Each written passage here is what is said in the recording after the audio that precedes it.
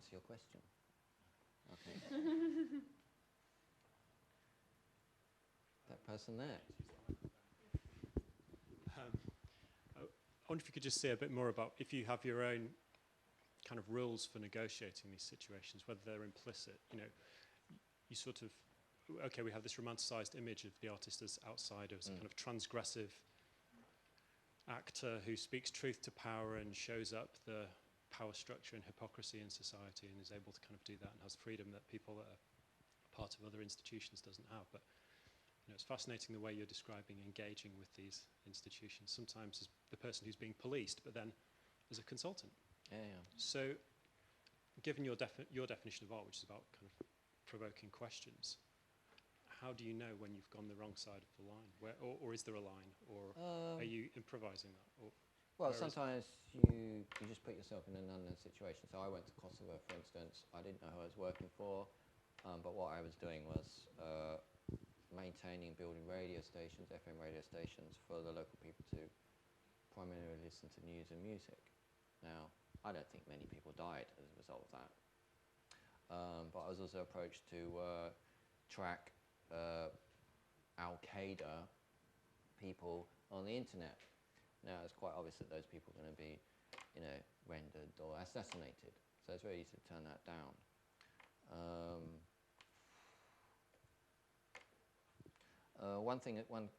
Your other comment about being policed and also employed, the thing that raises your value in society, but also your threat level, is the breadth of your personality, your experience, economic breadth, how far you travel, and generally artists have quite broad characters.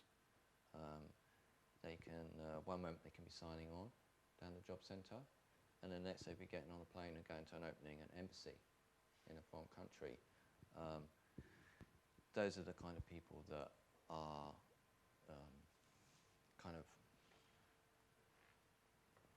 of interest to quite a few people. You know, whether that's whether they're teenagers who idolise pop stars who live that way, or whether that's security people that rightfully should be interested in people that transgress or cross or have links with many different communities. And typically, the kind of diplomatic or security, international security, has been quite often highly involved in the art world. You know, British Council, all these kinds of things, Soros Foundation. So it's quite similar. I think you have to be quite open-minded, quite questioning to work for either kind of fields. Unless, of course, you're just an assassin, and that's straightforward, you know.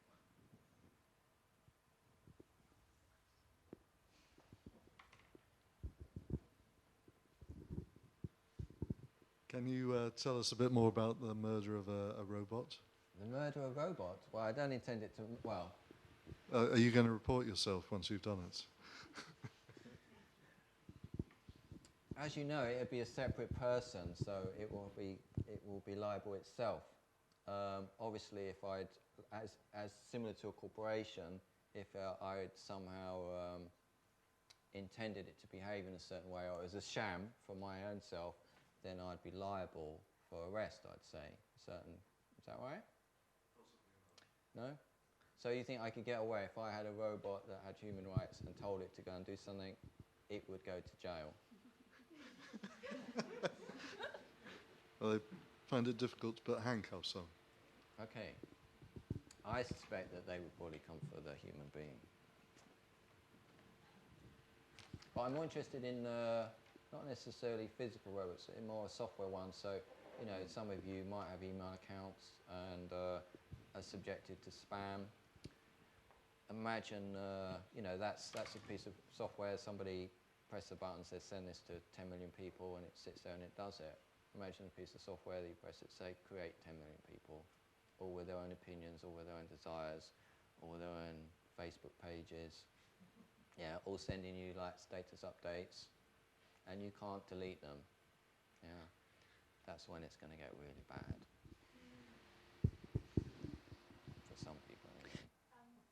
How do you know when a work is finished? I guess when you don't get any more invitations to talk about it. Like, I haven't been invited to do any more border crossings. The last border crossing I did was between Austria and Hungary. It was commissioned by the regional government of Tyrol.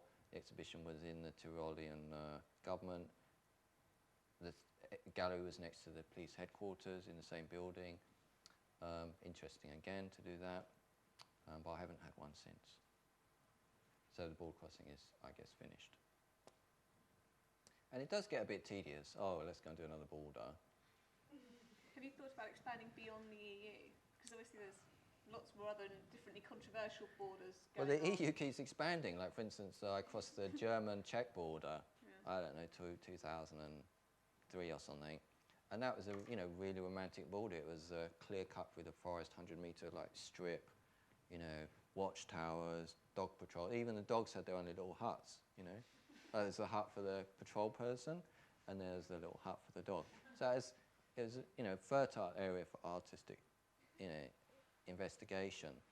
And that was scary. And I used all my techniques that I learned off the internet, special forces techniques. But then, of course, a few years later, that's an open border.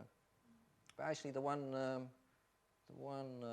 Austrian-Hungarian border is a militarized border, in the same way that France, UK is militarized in places. Hungary, I think for the accession to the European Union for Hungary was that they kept their border militarized, but covertly. So if you cross the border, you'll see military around, sneaking around in bushes and stuff, but they're not supposed to be there. You see helicopters in the sky and all that.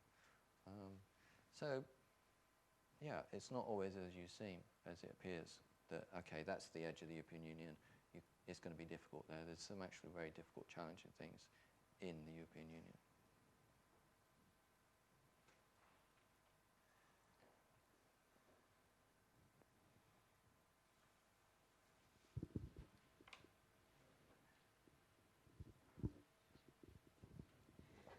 Why don't we talk about colours and stuff? You can't just talk about Colours. politics and subversion. Yeah. Do you like the colouring scheme, like? I like the colour scheme. Yeah. Do you like black and Well, I white? thought it looked like a star map, which is kind of interesting in relation to Yeah. status report.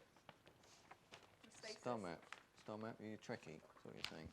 No, but sort of when you have those in planetariums, you have the black maps with the constellations on. So now you want to talk about the form of your work rather than its performative aspect. Well, we are in an art context, aren't we?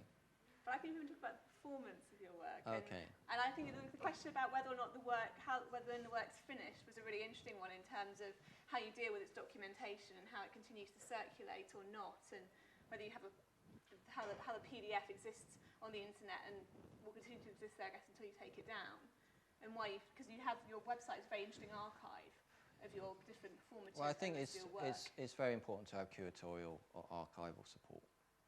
For instance, a lot of the work I did in the 90s with net art is just completely incomprehensible at the moment.